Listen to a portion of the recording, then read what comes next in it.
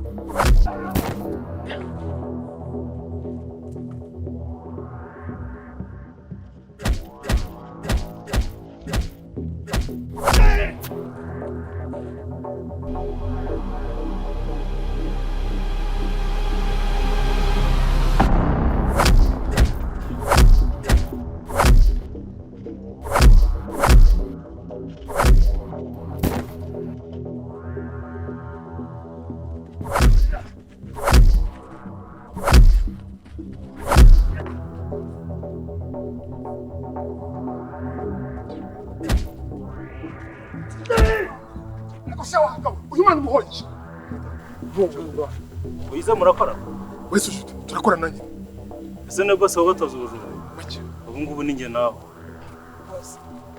Ufite ikinga ariko abagabo ni babandi bahunda ufite ikinga oya